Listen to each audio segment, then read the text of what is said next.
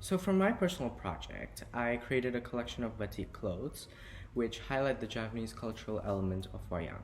So I created a dress and a sarong. I chose to do this because I have a huge interest in fashion and my personal Japanese culture, specifically the Wayang Kulit. At the beginning, I did some research on the Wayang Kulit and how to make batik. But to add on to that, I also held an interview with an expert so I can learn the batik making process.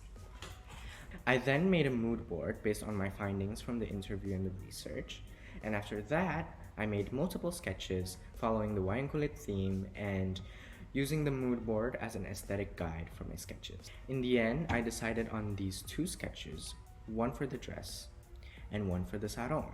I chose them with the help from the consultation of an expert. I then would finally start making the actual clothing. So at first, I cut the overall shapes of the clothes, of the dress, and of the sarong. I made the dress using silk fabric, whereas the sarong I made using cotton fabric. Now, why did I use these materials? Well, for me, it was because they are the most traditional ones used in batik, and they are comfortable and suitable for my designs. So after I've cut everything using the correct measurements, I would then start the batiking process. So what I learned from my interview, there are 3 different ways of batik: batik tulis, batik chop, and batik print. But for me, I use batik tulis as it is the most hands-on version of all the other methods. So by using the batik tulis method, I was able to create wonderful designs. To do the batik tulis, I had to use a tool called the chanting, which is a pen-like tool that is used so you can draw on the patterns on the fabric using hot wax.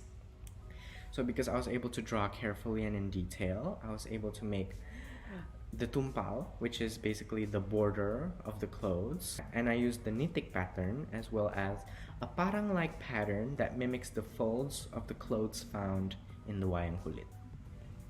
I then would make the patterns all around the clothes following the color theme I've already made, which is golden brown, and I would include abstract patterns and the kawang pattern. In the center, I showcased the Wayang Kulit Shinta, which is a prominent figure in the story of Ramayana, which is a story heavily told in many Wayang performances. As for the sarong, I used the same tumpal, the same border designs, but actually in the center of the sarong, I made just a big kawang pattern, all in black and white. I made this because I wanted to interpret my version of Samar Sarong. Samar is a very prominent figure in Wayang Kulit and Japanese culture, as we all know, and he wears a sarong made with the kawang pattern. And I wanted to mimic that, but I made that in black and white because I wanted to represent Samar as he is the white part of the egg in Japanese ideology. So after I've made the batik, I then dyed the fabric with the respective colors and make them go through the ngelorot process, which is basically dipping the fabric in boiling water several times so that we can melt off the wax and reveal the stunning pattern. And as you can see, this is what the clothing would look like right after the process. The colors would be a little intense, and of course the clothes will be damp. At this point, the sarong is completely done, but the dress is not, because I still have to do some extra cutting needed, like cutting the shape in half or making the place for the collar, and that's exactly what I did.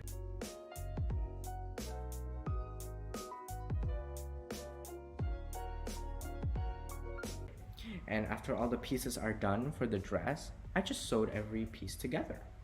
I used a sewing machine, and because my design doesn't need advanced sewing skills, I just used basic stitching such as straight stitching and hem stitching.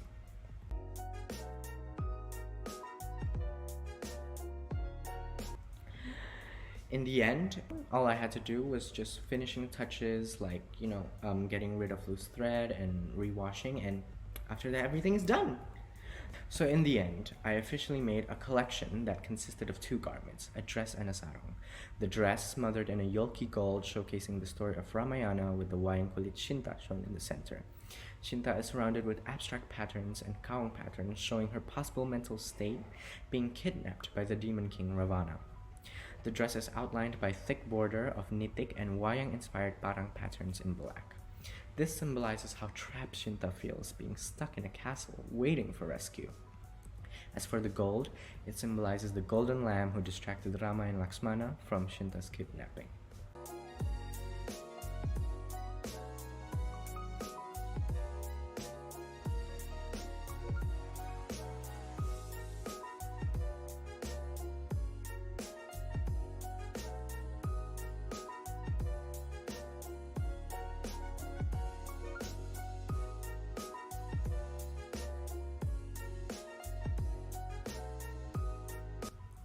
As for the sarong, in black and white, it represents the iconic Javanese Wayang Kulit Samar, as it is a recreation of the sarong he always wears.